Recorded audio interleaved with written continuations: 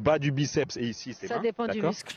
Ça dépend du muscle, exactement. Donc pour vous, c'est différent de pour vous. Mais ici, en fait, on peut le voir sur l'action. C'est pour ça que j'ai pris mon temps. C'est tellement une décision Bien importante. sûr, Et c'est pour ça que capital, le VAR capital. a tout à fait bien fait de m'envoyer pour que je puisse revisionner cette image. On sait que tout est super important.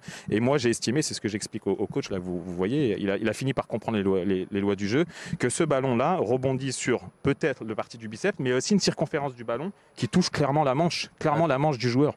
Donc, cette main n'est pas sanctionnable. Qu'est-ce qu'il faut prendre aussi en compte? Ce joueur est en extension. Est-ce que c'est un mouvement naturel d'être en extension, avoir les bras un petit peu décollés? Oui, clairement. D'accord, on n'est pas là pour pénaliser les joueurs et leur demander de sauter avec les bras dans le dos. C'est pour ça que la loi des mains aussi avait changé quand les joueurs taclent au sol avec une main d'appui au sol. C'est normal que quand on tacle, on a le bras qui vient toucher le sol. On sanctionne plus non plus. Voilà, toutes ces choses-là, à la différence de M. Palois qui avait la main en l'air et qui d'ailleurs a été super honnête. C'est lui qui vient de me dire qu'il a son bras levé. C'est pour ça que je bascule et que je siffle pénalty ensuite. Mais voilà, donc toutes ces choses-là, on sait que les mains, c'est super compliqué. Mais c'était une décision importante et encore une fois, le VAR a bien fait de me faire corriger cette décision ou au moins de me remontrer l'image.